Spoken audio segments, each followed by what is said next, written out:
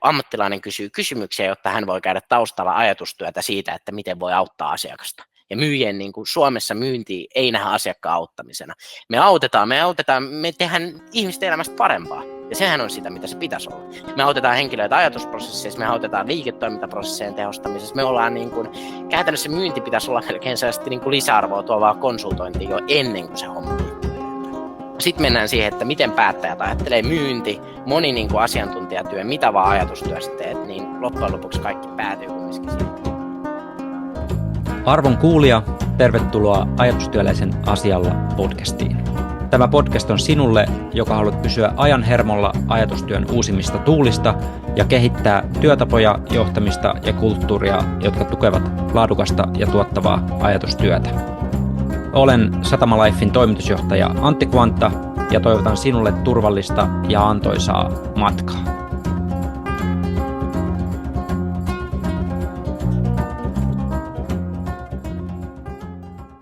Tervetuloa taas arvon kuulija. Meillä on tänään täällä erityinen vieras nuorta talenttia Lari Niittylä. Tervetuloa Ajatustyöläisen asialla podcastiin. Kiitos paljon. Heti disclaimeri, me ei olla kumpikaan minkään sortin tekoälyeksperttejä, mutta tämä on kysymys, johon Lari vastasi mulle ihan tosi hyvin kesällä 2023. Mä olin kuullut myyntipuhelun, jossa tekoäly myy Teslaa, ja se kävi sen puhelun aika hyvin, vastaili asiakkaan kysymyksiin kivasti, ja mä rupesin miettimään, että onko tämä nyt sitten tulevaisuutta, että ihmismyyjiä ei enää tarvita, ja sanotaanko, että Lari veti jalat alta, kun mä kysyin tätä kysymystä häneltä. Mutta Lari, miksi sä omasta mielestäsi olet oikea henkilö vastaamaan tänään tähän kysymykseen, että voittaako tekoäly ajattelevan ihmisen? Varmaan lähdetään siitä ekakin, että mä oon ajatteleva ihminen ja yritän luoda sille kilpailuetua itselleni myynnissä. Myynti on sinänsä niin kuin lajina sellainen, että tulokset puhuu, eli pystytään mittaamaan konkreettisesti esimerkiksi tekoälyautomatisoinnin ja tämän niin kuin vaikutuksia siihen prosessiin. Ja tietenkin niin kuin itse yrittäjänäkin, joka hoitaa myynnin ulkoistusta monelle firmalle, niin me mietitään jatkuvasti, että miten tehostetaan prosessia, missä tekoäly on esimerkiksi järkevämpää käyttää tai missä automatisointi on järkevämpää käyttää kuin myyjää tai ajattelevaa ihmistä ja missä itse ajatteleva ihminen tuo tällä hetkellä lisäarvoa eniten. Eli mä niin kuin käytännössä katson tätä myynnin perspektiivistä ja nimenomaan siitä, kun puhuttu siitä, että okei, automatisointi, tekoäly, pystyykö se niin kuin ajattelevan henkilö, joka pystyy haastamaan ajatuksia, niin pystyykö se voittaa sen myynnissä, niin mä katson tästä perspektiivistä aihetta. Joo, ja sä oot ajatteleva ihminen ja sä oot myöskin kädet savessa ihminen, ja itse asiassa aika hauska toi kädet savessa, niin mä oon vähän aikaa sitten kuullut, että sana käsittää tulee siitä, että sä teet käsillä ja sitä kautta sä käsität jonkun asian. Välillä itselläkin tulee semmoisia oivalluksia, kun tekee just jotain käsillä tai muuta ja on päästynyt siitä ajattelusta irti, mutta haluatko sä ihan lyhyesti kertoa, mä kuulin toisessa podcastissa sun tarinaa ja mä en halua hirveästi toistoa tähän, mutta mitä kautta sä oot päätynyt sinne, missä sä oot? Joo, no mä lähdin niin kuin eka myyntiin B2C-puolelle, no se oli sitten aika luukuttamista just sitä, että mikä ehkä joku päivä niin kuin tekoäly pystyykin korvaamaan, eli painettiin vaan puheluun, mutta mikä siinä sitten myynnistä jotenkin motivoi oli aluksi se raha varmaan se syy, että nimenomaan halusi tienata jonkun verran rahaa ja sitten siitä alkoikin huomaa, että hei tässä on tosi hyvä. Yleensä sitten kun on tosi hyvä jossain, niin haluaa tehdä sitä enemmän ja mä oon sitten sen jälkeen lähdin käytännössä siitä, että yrityksellä oli selkeästi ongelma, että niiden myyjät ei tarpeeksi soita myyntitapaamisia, niin lähdettiin ratkaisemaan sitä. Sitten sen jälkeen mä oon itse reissannut maailmaa, mä oon katsonut vähän niin kuin out of the box aina näitä juttuja, että silloinkin kun mä oon itse asunut esimerkiksi Ranskassa ulkomailla ja samalla tehnyt etänä hommia Suomeen, luonut automatisoinnin kautta, ollaan luotu paljon, niin mä oon katsonut näitä asioita vähän out of the box niin sanotusti ja mä niin kuin näen, mihin ne on menossa sitä kautta. Et se on lyhyesti tarina nyt ja nyt ollaan sitten skaalataan niin kuin nimenomaan myyntipalveluita tekevää firmaa, nyt skaalataan sitten eteenpäin. Joo, ja ihan vaikuttavaa, kun olette saaneet niin kuin tosi isoja asiakkuuksia nimenomaan myynnin automatisoinnin ja palaveribuukkauksen saralla. Ja miten sä näkisit, että kun sulla on kumppani Alex Kanto, joka erikoistuu niin kuin rakentaa tämmöisiä automatisoituja systeemejä, sähköpostien ja linkkaria hyödyntäviä systeemejä, jotka niin kuin sopii palavereita teidän asiakkaille, niin milloin sä toteat, että tämä automaatio ei niin kuin nyt hanki tarpeeksi palavereita meidän asiakkaalle? Tuo on hyvä kysymys. Käytännössä sitä pitää katsoa tietenkin, niin kuin mun mielestä moni on puhunut tästä, että monikanavaisuus on niin kuin hyvä. Se itse asiassa ajatteleva työ, automaatio ei tarkoita, että siellä ei tarvitse ajattelevaa työtä. Eli käytännössä mennään siihen aiheeseen, että miten niin kuin lähestytään ihmisiä.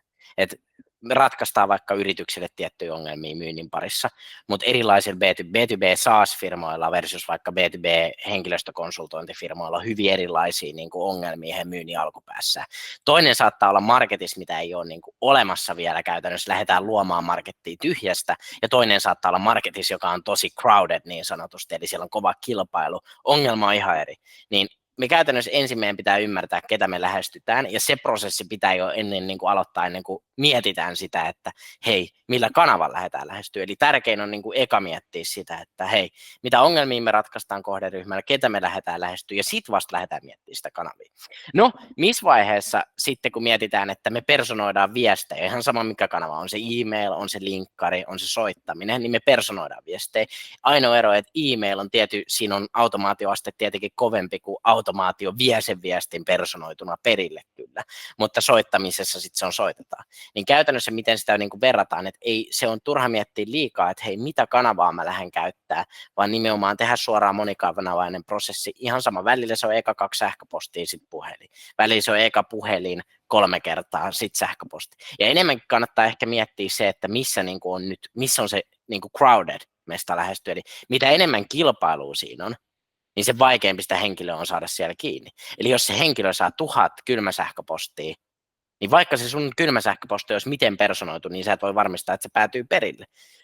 Versus silloin, jos se henkilö saakin vain 10 soittoa ja hän vastaa 5 näistä, niin kun sä soitat monta päivää putkea, on hyvin todennäköistä, että se vastaa yhteen niistä sun puheluista ja sä saat sen niin kuin ongelmat ja sen keskustelun perille käytännössä sitä kautta. Eli tähän vastaus on, että ei ole niin kuin automaatio, ei korvaa ajattelevaa ihmistä käytännöstä tai tekoäly edes.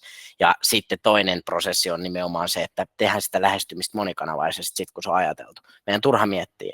Automaatio on niin kuin hyvän myyjän työkalu ja vaan se myyjä, kuka on high level, pystyy käyttämään automaatioon järkevästi pitkällä aikavälillä. Joo, ja luultavasti kun mulle on tullut ensimmäiset tämmöiset robottipuhelut, että mä vastaan puhelimeen ja sitten sieltä robotti sanoo, että kiitos vastaamisesta, yhdistämme sinut myyjälle, niin tuossa kohtaa, niin kun, jos se toimari vaikka antaa sulle se yhden mahdollisuuden, se vastaa sun puheluun ennen kuin se laittaa sun numero ikuisesti kieltolistalle, niin se ei varmaan halua, että siellä on robotti toisessa päässä. Niin kerro vähän, että kuka siellä on toisessa päässä silloin, kun Lari Niittylä on siellä toisessa päässä.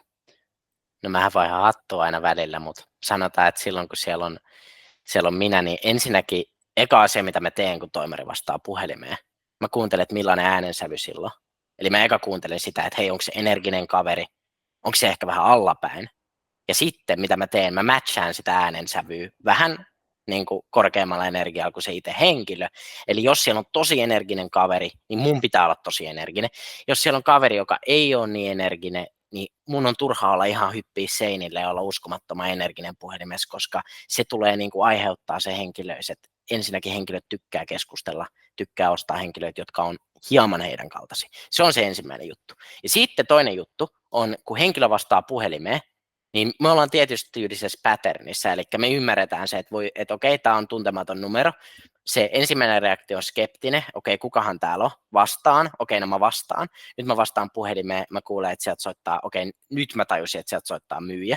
Mun aivot menee sen tilaan, että hei, että okei, mä nyt nopea vaan hankkiudun tästä tilanteesta eroon, katsotaan miten. Eli me mennään siihen tiettyyn patterniin, eri ihmisillä on eri patterni, miten ne lähestyy sitä, kun myyjä soittaa. Mutta se ongelma on, että miten me saadaan rikottua se henkilön, se ajatuspattern. Ja sitä on eri tapa tehdä. Siihen niin kuin ei pysty ensinnäkään niin kuin robotti välttämättä, mutta sitten me voidaan vaikka sanoa, että hei, aika usein mä sanon, että hei, mä oon ihan rehellinen, että mä soitin täysin kylmä puhelu, mutta mä annan sun 2 vaihtoehtoa. Jos haluat, niin voit nyt lyödä heti luurin korvaa, tai sitten annat mulle 30 sekkaa, ja katsotaan sen jälkeen, haluatko keskustella. Ja sitten henkilö on se, että okei, no tää oli vähän erilainen lähestyminen. Nyt toi on pattern break, kunnes kaikki alkaa käyttää sitä lähestymistä. Sitten kun kaikki alkaa käyttää tota lähestymistä, niin sitten se on pattern break, käyttää jonkun muunlaista lähestymistä. Eli meidän pitää erottautua jotenkin joukosta ja herättää se henkilö, että hei, hetkonen, millä aiheella mun soitetaan, että hetkonen, mitä, että se henkilö kuuntelee sen, mitä me sitten sanotaan seuraavaksi. Eli se on se ensimmäinen juttu. Ja silloin nimenomaan me puhutaan, että robotit soittaisi, niin ainoa syy, miksi lähetetään massakampanja automatisoituja sähköposteja, tekoälypersonoituja sähköposteja, on sen takia, että ne tällä hetkellä ne toimii. Se on se syy, miksi niitä lähetetään. Mutta mikä sitten, kun jokainen soitto, sanotaan, että alettaisiin hyödyntää myynnissä robotteja soittamaan, outboundi. Okei, heitetään siitä ensinnäkin ulos ne kaikki rajoitteet, mitä niin kuin GDPR, EU tuo tuohon, niin jos ne heitetään ne ulos ja alettaisiin hyödyntää niitä, niin mikä ongelma siinä on, että sitten se pattern break ei olekaan se, että henkilöt ekakin todennäköisesti ei vastaisi puhelimeen enää hirveän paljon, mutta sitten toinen juttu, että jos henkilö vastaisi puhelimeen, niin mikä se pattern break siihen olisi se, että siellä soittaa ihminen, ja se on oikea ihminen, se ei ole robotti, joka siellä soittaa. Se pattern break, ei ihmiset, kukaan meistä ei halua puhua robotinkaan, ainakaan niin kuin suuri osa päättäjistä ei halua keskustella robotin kanssa myyntitilanteessa. On tietenkin mieluisia keskusteluja, mitä saattaa hoitaa. Esimerkiksi sanotaan, että yritykset tekee vaikka perintäfirmat käyttää paljon puhelurobotiikkaa, mä tunnen sen toimiala, niin ne käyttää paljon puhelurobotiikkaa. Se saattaa olla mieluissa sille asiakkaalle sen takia, että se ei välttämättä halua puhua sellaisesta asiasta ihmisen kanssa. Mutta kun puhutaan myynnistä ja ajatustyöstä ja siitä, että hei, pitäisi haastaa ihmistä ajatuksia, niin siellä niin kuin ihminen voittaa sen niin kuin tekoälyn tosi usein. Joo. Toisin sanoen, jos mä mietin, että milloin mun mielestä on ihan ok jutella robotin tai automaation kanssa, niin chat-asiakaspalvelut, niin siellä alkaa jotkut asiat ratketa jo ihan kivasti sen tekoälyn kanssa, kunhan mä muotoilen mun kysymyksen hyvin. Mutta aika usein se menee edelleen siihen, että mä juttelen sen robotin kanssa niin kauan, että se antaa mulle sen vaihtoehdon, että yhdistää ihmiselle, koska aika harva asia on vielä ratkennut puhtaasti sen tekoälyn kanssa. Mutta tosi mielenkiintoisia ajatuksia ja just se, että ajatteleva ihminen, niin ihminen haluaa keskustella ihmiselle ja ihmiset tekee tässä yhteistyötä. Ja tavallaan niin kuin mun mielestä tuolta sun puheen välistä niin tulee se, mikä koskee kaikkia, ei pelkästään myyjiä, että niin kuin kaikki ne automaatiot on ihmisten luomia. Ja jos sä et ajattele, niin sä kopioit vaan sitä, mitä muut tekee. Sä et ole koskaan edelläkävijä, sä et ole koskaan kovin kiinnostava. Ja tästä päästään tähän seuraavaan. Tämä oli lainaus, minkä sä sanoit illallisella viime viikolla. Sanoit niin kuin tämmöinen karu totuus, että heikko myyjä, ja tämän voisi korvata niin kuin heikolla asiantuntijalla, tai mikä ikinä niin kuin laiska ihminen, joka ei haluaisi ajatella tai tehdä kovasti töitä. Toivoo, että tekoäly ja automatisointi ratkaisee hänen osaamispuutteensa. Näin sä sanoit, niin haluatko sä avata lausetta? Ja sitten me päästään siihen, että oikeastaan miksi ei ole näin, ja miksi ihmisen pitäisi nostaa sille tasolle, että se pystyy tekemään näitä pattern breakkejä. Okei, eli lähdetään siitä, että niinku, mikä se niinku monen myyjän ajatus ekakin on, ja monen ehkä tällaisen, joka on tämän tyylisessä ajatustyössä, niin ajatus on se, että okei, no myynti on rankkaa, eli se on niinku ensimmäinen juttu. Myynnissä on rankkoja osa-alueita. Esimerkiksi jos teet B2B-myyntiä, niin usein sun pitää ensin hankkia tapaaminen sen henkilön kanssa. Sitten sun pitää pystyä tapaamisesta tuomaan lisäarvoa sille henkilölle, ja sitten sun pitää se myyntiprosessi follow-upata järkevästi ja näin. Eli se on pitkä prosessi, ja sitten sun pitää pitää sitä niin kuin tassuissasi. Niin moni ajattelee, että okei, mä esimerkiksi pelkään soittaa ihmisille, mä pelkään tehdä niin kuin outboundia, sitä kautta mä pelkään keskustella, mä en usko siihen, että mä pystyn tuomaan lisäarvoa päättäjälle. Mun on helpompi keyboardin takana kirjoittaa automatisoituja massakampiksi. Ja sitten mä vaan näytän näitä meidän hyviä slide-deckejä, jossa niin kuin näytetään slaidit on luotu etukäteen ja näytetään näitä, tehdään presentation asiakkaalle ja sitten kysytään, että no mitä mieltä asiakas on. Tehdään ehkä joku tarjous, etc. Ja tietenkin tämähän on prosessi, joka toimii jollain tasolla. Eli kun sä tarpeeksi teet tällaisia presentationeita, niin jollain tasolla se prosessi toimii, sieltä tulee jonkin verran kauppaa. No mikä on ongelma, että tollainen prosessihan on ihan täysin niin kuin automatisoinnin korvattavissa. Eli se myyjä, joka sen presentation capability on se, että se vaan näyttää slideja, tekee presentationi, niin todennäköisesti yritys hyötyy paljon enemmän siitä, että joku tosi kova kommunikoija tekee pre-recorded presentationin, jota sitten potentiaaliset asiakkaat itse selaa myyntiprosessin aikana. Mutta se ei ole kumminkaan se, että mikä niinku myynnin ja ajatustyön idea on. Mikä on myynti, mistä se lähtee ja miksi se tekoäly ja automatisointi ei pysty korvaamaan sitä myyjän niinku, sitä ajatustyötä ja hänen osaamispuutetta, on käytännössä sen takia, että ensinnäkin, niin kuin mä puhuin, meidän pitää ymmärtää tietyllä tasolla asiakkaan liiketoimintaa. Eli se on tärkeää ymmärtää, että okei, mitkä on ne ongelmat siellä asiakkaan liiketoiminnassa, miten se tämän päättäjän elämään rileittaa ja miten me ratkaistaan ne. Ja sen jälkeen kun me ollaan tämä tajuttu, me ei voida vaan soittaa ihmisille, että hei, että sulla on tämä ongelma, sulla on tämä ongelma, sulla on tämä ongelma, tällainen ratkaisu meillä on, okei, sovitaanko tapaaminen, koska se ei toimi. Ihmisen ajattelu on niin kuin hyvin, niin kuin, kun meille tulee informaatio, niin me hyvin paljon torjutaan siitä informaatiosta. Vaan mikä on se pattern break, mikä on se, eli meidän pitää saada ihminen siitä niin kuin nykyisestä, se on tekemässä jotain, se on, okei, ehkä se tulee siihen etätapaamiseen, tai se on ottaa kylmäpuhelun, kun silloin muuten päivä liikkuu eteenpäin. Normaalisti se on stressaantunut tietyistä jutuista, se tietää, että sen pitää saada tietyt asiat valmiiksi, sillä on tietyt liiketoiminta-asiat mielessä, mitkä on sille kriittisiä, niin miten me saadaan se pattern breikattua? Okei, no se on puhelualussa, niin kuin aikaisemminkin sanoin, että ollaan vaikka rehellisiä, pyydetään joku tietty määrä aikaa, mutta sen jälkeen meidän pitää niin kuin kuvailla sitä tilannetta esimerkiksi, että no, mikä on yleensä se ongelmatilanne, ja sitten lähteä kysymään ihmisiltä, että okei, viedä se ajatuksiin niiden kysymysten kautta. Oletko sä ikinä miettinyt, jos meillä on täydellinen ratkaisu ongelmaan A, niin meidän pitää kysyä, me ei saada sanoa ihmisille, että hei, meillä on täydellinen ratkaisu ongelmaan A, vaan meidän pitää kysyä, että hei, että monilla teidän alan toimijoilla on ongelma A, että onko se niin kuin teilläkin relevantti juttu. Sitten sanoin, että joo, että on tietenkin. Sitten meidän pitää sanoa, että hei, että oletko sä miettinyt ikinä, että ongelman A, niin että voisit ratkaista sen tällä tavalla. Niin sitten se ihminen alkaa itse miettiä, hetkonen, voitaisiko me ratkaista se ongelma. Meidän pitää niinku viedä niinku sen ihmisen ajatuksiin, niitä kysymyksiä, mitä me kysytään. Meidän pitää pystyä haastamaan sitä henkilöä tosi tunneherkästi siihen prosessiin, joka vie sen ajattelun sinne, että okei, että tällainen ratkaisu tähän on. Ja se on sitä myyntiä. Myynti on sitä, että kun me kysytään kysymyksiä, niin hyvä myyjä, asiantuntijamyyjä tietää sen, että mitä pitää kysyä asiakkaalta, että se henkilö niin kuin saa siitä lisäarvoa. Eli pelkästään se mun kanssa myyntitapaamisessa istuminen, puhutaan buukkauksesta, niin se tuo lisäarvoa se asiakkaan buukkaustekemiseen, koska siinä tekemisen aikana mä tuon sille, haastan sitä nykyprosessia, kysyn kysymyksiä, jonka pohjalta se tajuu, että mä en sano sille, että sun nykyprosessi on paska, mutta sen kysymysten pohjalta se tajuu se henkilö, että tämä nykyprosessissa on parannettavia asioita ja ne on näitä. Sen oma ajatus niin kuin menee siitä eteenpäin. Ja sitten mennään siihen, että miten päättäjät ajattelee myynti, moni niin kuin asiantuntijatyö, mitä vaan ajatustyö sä teet, niin loppujen lopuksi kaikki päätyy kumminkin siihen, että rahaa liikkuu suuntaan tai toiseen. Yrityksessä on eri päättäjiä eri budjeteista, jotka vaikuttaa siihen, että miten raha liikkuu. Niin loppujen lopuksi henkilöt miettii, ne on ihmisiä, ketkä tekee ne päätökset tällä hetkellä siitä, että miten liikutetaan rahaa, jolloin se on täysin tunnepohjainen päätös. Eli sen takia niin kuin sellainen automatisoitu, toistettava tekeminen, niin se ei vetoa tunteisiin niin vahvasti. Tietenkin markkinoinnin kautta siitä pystytään yrittää tavoittelemaan, mutta se on hyvin vaikeaa. Ja sitten tullaan siihen, että miten tällainen niin kuin tunnepohjainen henkilö, miten me pystytään vaikuttaa siihen, ja se on nimenomaan sen niin kuin skillin kautta.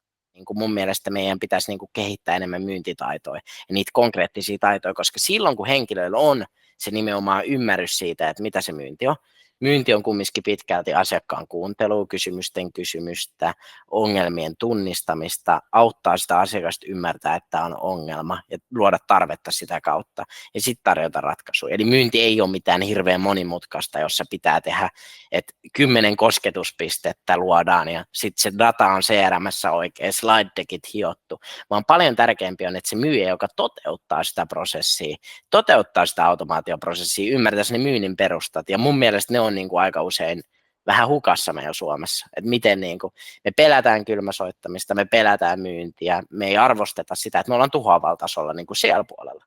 Sitten me optimoidaan vähän vääriä asioita, meidän niin kuin, ehkä monet myyntijohtajat, monet organisaatiot keskittyy vääriin asioihin. Eihän niin kuin psykologi, niin ei se, kun sä meet sinne, niin ei se kerro sulle, että mitä ongelmia sulla on. Sä puhut, sä juttelet ja sitten sä tajut, että mitä ongelmia sulla on. Eli se on niin kuin se ajatustyöläinen psykologi.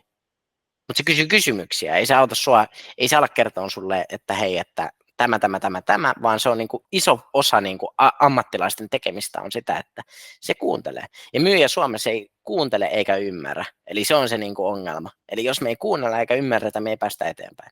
Jos sä menisit Antti lääkärille ja sä tulisit ovesta sisään, se on polvi kipeä, lääkäri sanoisi, vedät nämä pillerit nassuun ja jos ei homma parane, niin palataan asiaan. Niin sä olisit hetken varmaan se, että hetkonen, että mitä helvettiä. Että se ei kysynyt multa mitään, se ei selvittänyt, mistä tämä on johtunut, mistä tämä on alkanut, tämä mun polvikipu. Se ei kysynyt tarkemmin, että missä päin mun polvi on kipeä, miten, se ei tehnyt mitään testejä siihen, niin sä et luottaisi siihen lääkäriin. Mutta sitten myyjät olettaa, että ne vaan niinku näyttää, että hei, että tässä on ratkaisu, että nämä henkilöt niinku luottaisi. Ei. Niinku ammattilainen kysyy kysymyksiä, jotta hän voi käydä taustalla ajatustyötä siitä, että miten voi auttaa asiakasta. Ja myyjien niin kuin Suomessa myynti ei nähdä asiakkaan auttamisena. Me autetaan, me tehdään ihmisten elämästä parempaa. Ja sehän on sitä, mitä se pitäisi olla. Me autetaan henkilöitä ajatusprosesseissa, me autetaan liiketoimintaprosessien tehostamisessa. Me ollaan niin kuin, käytännössä myynti pitäisi olla melkein sellaista niin kuin lisäarvoa tuovaa konsultointia jo ennen kuin se homma liikkuu eteenpäin. Joo, tuosta lähtee paljon ajatuksia, joita ei kaikki käydä nyt, mutta että niin kuin pitäisi varmaan miettiä Joo. uudestaan, että mitä on myynti ja miten myyjä koulutetaan, koska myyjähän pitäisi, sä vertasit psykologiin, niin myyjän pitäisi olla aika hyvä keskustelija, ja sitä ei taideta ihan hirveästi kouluttaa niin kuin missään. No loppukaneettina, niin minkälaisen Suomen sä haluaisit nähdä tulevaisuudessa? Laaja tietenkin kysymyksenä, ja ehkä, että missä mä jättä niin sitoutuu siihen, että missä mä haluan ottaa. Mä ymmärrän sen, että meidän pitää, niin kuin, yksi ihminen ei voi muuttaa välttämättä kokonaisuudessaan Suomen niin kuin, kenttäajatusta myynnistä. Mä haluaisin nähdä Suomen, joka niin kuin, pystyy viemään paremmin hyviä keksintöjä, hyviä ratkaisuja, hyviä teknologioita. Kansainvälisessä teknologiassa on kumminkin tulevaisuus, ja ei siinä, että metsäteollisuutta painetaan, niin se ei ole se niin kuin, tulevaisuus missä, että jos Suomi jää sinne teollisuushevimaaksi, niin siellä meillä ei ole enää lisäarvoa niin kuin, tulevaisuudessa. Missä meillä voi olla lisäarvoa, niin nimenomaan kehitetään, no vähän niin kuin Volt, kaikki tällaisia, että kehitetään oikeasti niin kuin asioita, mitä viedään maailmalle. Kehitetään niin kuin Nokia ollut aikana, kehitetään asioita, joita viedään maailmalle ja onnistuneesti ne viedään. Niin mä haluaisin, että me nähtäisiin enemmän, me pystyttäisiin niin kuin positioitumaan enemmän kansainväliseksi toimijaksi, se olisi mun mielestä tärkeää. Mä haluaisin nähdä, että Suomessa olisi kannattavampaa tehdä töitä ja yrittää, se olisi niin kuin mulle tärkeä asia. Eli ei verotettaisi kuoliaaksi niitä, ketkä yrittää ja ketkä yrittää tehdä töitä ja grindaa, niin niitä ei verotettaisi kuoliaaksi ja niin kuin rankastaisi sillä. Se olisi tärkeä. Ja sitten mä haluaisin, että Suomessa niin kuin oikeasti, mä haluan olla muuttaa Suomen asennet myyntiin ja siihen, että millaisia ihmisiä, että hei, me ei olla, niin kuin me ollaan voittajia, me ei olla sellaisia, jotka vaan niin kuin on jossain nurkassa tuolla keksii jotain juttuja, vaan me oikeasti pystytään luomaan niin kuin se myyntikulttuuri ja vähän erilainen tekeminen siihen myyntiin. Et mä haluan muuttaa sitä, että miten me ajatellaan myynnistä ja ainoa tapa, miten me pystytään muuttaa, että miten myynti ajatellaan, on se, että mitä me myyjät tehdään ja mitä me henkilöt, ketkä myydään tehdään. Mä aion mun oma yritykseni kautta vaikuttaa siihen sille, että me tuodaan organisaatioihin ajatteluun siitä, että hei, myynti on erilaista, että se on niin kuin, siinä kysytään kysymyksiä, ymmärretään asiakkaat, ymmärretään asiakkaan liiketoimintaa, ymmärretään haasteita, ymmärretään, että onko ne tärkeät ratkaista. Luodaan niin kuin tällainen sinne niin kuin pohjaorganisaatioihin ja sitten ne meidän omat tekijät, niin nimenomaan niin kuin luodaan se niin kuin erilainen meininki siihen myyntiin sen tekemisen kautta. Että ei me voida valittaa, että muiden pitäisi muuttaa ajatuskuvaa myynnistä, vaan meidän pitää itse se niin kuin olla se lähtökuva siihen. Että kyllä mä voin sanoa, että moni niin kuin yrittäjä, kenen kanssa mä toimin, niin aika moni rakastaa myyntiä Suomessa. Ehkä se on vaan sitä, että niin kuin yhteiskunnalla ja tietyillä henkilöillä on vielä se niin kuin tosi negatiivinen kuva siitä myyntityöstä. Ja ainoa tapa, miten myyntityötä alana vaihdetaan, on se, että tehdään tästä kiinnostavampaa henkilöille, jotka ajattelivat tulla messiin. Että niin kuin nimenomaan, että jos me saadaan vaan ne henkilöt tänne, ketkä ei oikein niin kuin muita juttuja ole löytänyt, vaan ne vaan joutuu myyntiin ja ei ne ole hirveän motivoituneet, en ehkä rakasta kommunikointia, niin sitten meidän ala pysyy tällaisena, mutta jos me pystytään enemmän ja enemmän tuomaan tähän myyntiin sitä, että vitsi, tämä on cool juttu, tässä on oikeasti jotain hienoa, niin me muutetaan sitä tulevaisuutta.